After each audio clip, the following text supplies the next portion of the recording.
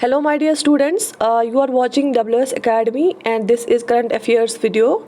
The current most important current affairs from exam point of view from the Hindu newspaper. So let's begin. पहले क्या दिया गया है उसमें आज के जो द हिंदू में इम्पोर्टेंट था, centre announces hike in MSP for paddy pulses and oil seeds. जो मिनिमम सपोर्ट प्राइस होता है, एमएसपी क्या होता है? Minimum support price. ये आपको पता होना चाहिए, एमएसपी होता है मिनिमम सपोर्ट प्राइस।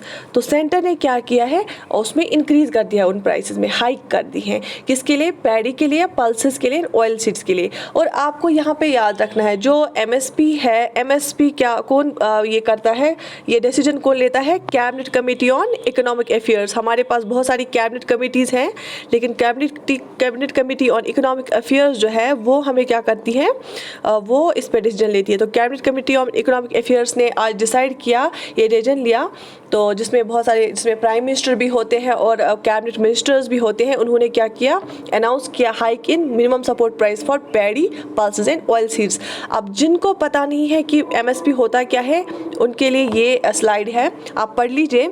एमएसपी का फुल फॉर्म है minimum support price. The minimum support price is an agriculture product price set by the government of India to purchase directly from the farmer. This is not enforceable by law. By definition, this rate is to safeguard the farmer to a minimum profit for the harvest if the open market has lesser price than the cost incurred. इसका मतलब ये है, पहली बात आपको याद रखनी है, जो मिनिमम सपोर्ट प्राइस है ये किसी लॉ के बेसिस पे नहीं है। There is no law for it, it is not enforceable by law.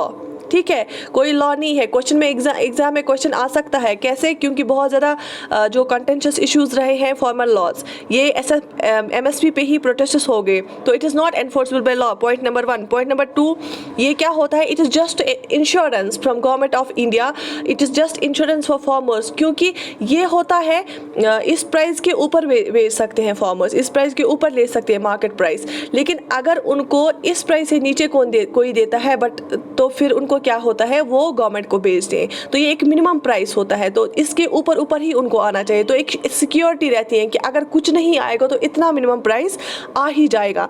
तो इससे क्या होता है, फार्मर्स भी मोटिवेट हो जाते हैं। तो इस तरीके से क्या करते हैं, जो गवर्नमेंट के लिए अपने स्टोर्स होते हैं, जो राशन डिपोज होते हैं, उसके लिए जो फूड ग्रेन्स प्रोक्योर करते हैं फार्मर से, डायरेक्टली वो किस पे करते हैं, मिनिमम सपोर्ट प्राइस पे ही।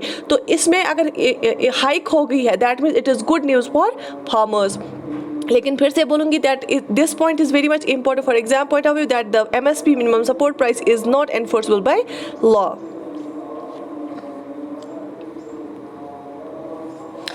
और एक जो न्यूज़ थी वो है ग्रीन इकोनॉमी एंड मोबिलिटी की aspects of draft 2041 master plan. ये आपके लिए क्यों इंपॉर्टेंट है? ये एनवायरमेंटल पर्सपेक्टिव से ज़्यादा इंपॉर्टेंट है और इकोनॉमिक डेवलपमेंट पर्सपेक्टिव से भी। ग्रीन इकोनॉमी और ग्रीन मोबिलिटी किसको बोलते हैं? हम ग्रीन इकोनॉमी बोलते हैं हम जब हम इकोनॉमिक ग्रोथ करते हैं, इन्वेस्टमेंट करते हैं, डेवलपमेंट करते हैं, लेकिन जितने भी प्रोजेक्ट्स होते हैं वो उसमें हम ध्यान रखते हैं क्लाइमेट का, एनवायरमेंट का, इकोलॉजी का, इकोलॉजिकल बैलेंस को हम कम होने नहीं देते हैं, तो उसको हम ग्रीन इकोनॉमी बोलते हैं।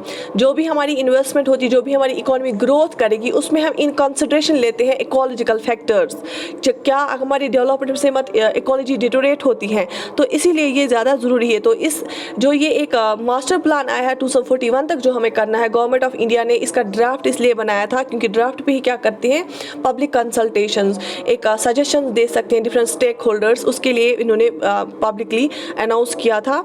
और इसमें ये भी रखा गया है कि अफोर्डेबल हाउसिंग और इंस्टीट्यूट रिहेबिलिटेशन की, जहाँ पे जो कुछ रहते हैं वहीं पे उनको रिहेबिलिटेट करना, और अफोर्डेबल हाउसिंग किन के लिए, स्लम ड्वेलर्स जो है उनके लिए। और ग्रीन इकोनॉमी और मोबिलिटी सिर्फ इन चीज़ों में नहीं है, बल्कि जैसे हमारा इलेक्ट्रिकल मोबिलिटी आ गया था, ई व्हीकल्स आ गए थे, इलेक्ट्रिक व्हीकल्स जिनको हम बोलते हैं, या बाकी जो हमारा जो भी ट्रांसपोर्टेशन सिस्टम है, उसमें भी गवर्नमेंट ने बोला है कि वो ज़्यादा से ज़्यादा कोशिश करेंगे दैट क्लीन फ्यूल हो, और जो एयर पोल्यूशन हो या बाकी सॉइल पोल्यूशन, वाटर पोल्यूशन है, वो कम किया जाए। ठीक है, तो ये इसलिए इसके लिए ज़रूरी है, ये एनवायरमेंटल कंपोनेंट के लिए ज़रूरी है। एक और बात है, Dihing Patkai is Assam 7th national park. Assam में बहुत सारी नेशनल पार्क्स हैं। इकोलॉजिकली आपको पता ही है, नॉर्थ ईस्टर्न स्टेट है ये, नॉर्थ ईस्ट साइड से है असम की स्टेट। 7th नेशनल पार्क बना दी गई वहाँ पे दिहिंग पटकाई, ठीक है। इसमें 47 स्पीशीज़ है, याद रख लीजिए, इंपॉर्टेंट क्वेश्चन, ये क्वेश्चन आते हैं एग्जाम में। 47 स्पीशीज़ है, रेप्टाइल्स भी है, रेप्टाइल्स के भी स्पीशीज़ है, और मैमल्स भी है वहाँ पे, और टाइगर भी है इस पार्क में। ये आपको याद रखना पड़ेगा कि कौन कौन से है, रेप्टाइल्स भी है, मैमल्स भी है, और टाइगर भी है। दिहिंग पटकाई पार्क कहाँ पे है? असम में, 7th नेशनल पार्क, क्योंकि ऑलरेडी असम में इससे पहले नेशनल पार्क्स बनी हुई हैं। अब हम देखेंगे कुछ national parks, important national park जो असम में है। पहली बात, काजीरंगा। काजीरंगा नेशनल पार्क कहाँ पे है? असम में, बिल्कुल है। काजीरंगा भी असम में है, मानस भी असम में है, नामीरी औरेंग भी असम में है, दिब्रू शिखावा भी असम में है। और जो काजीरंगा और मानस है वो क्या है? वो यूनेस्को वर्ल्ड हेरिटेज साइट में आती है। काजीरंगा एंड मानस जो है वो यूनेस्को वर्ल्ड हेरिटेज साइट में आती है, काजीरंगा एंड मानस। ये आपको याद रखना पड़ेगा। यूनेस्को क्या है? हमारा एक वर्ल्ड ऑर्गेनाइजेशन है, यूएन की है, यूनाइटेड नेशंस की ही एक ऑर्गेनाइजेशन है जो वर्ल्ड हेरिटेज साइट्स को ये करती हैं, टैग देती हैं ऐसा। तो इसमें असम की दो है, काजीरंगा एंड मानस।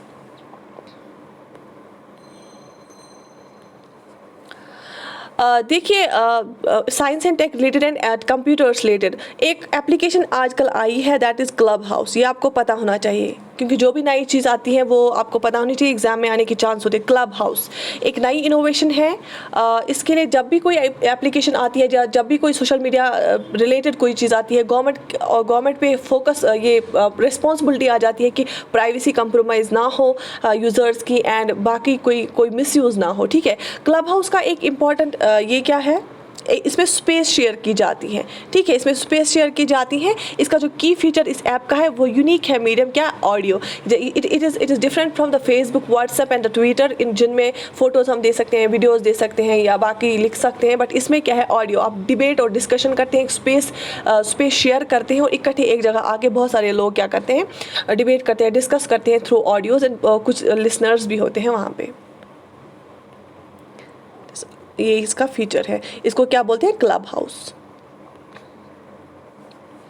पक्की tiger reserves contingency workers go on strike. देखिए, आपको तो इस पे इतनी ये माइन्यूट न्यूज़ पे नहीं जाना है, बट आपके लिए क्यों इंपॉर्टेंट है? जो पक्की टाइगर रिजर्व है ये कहाँ पे है? अरुणाचल प्रदेश में है। हमारे कंट्री में बहुत सारे टाइगर रिजर्व्स है, ऑलमोस्ट 51 टाइगर रिजर्व्स है, but one of them is Pakke tiger reserve, it is in Arunachal Pradesh. Arunachal Pradesh भी एक नॉर्थ ईस्टर्न स्टेट है, बिल्कुल टिप पे है, ठीक है।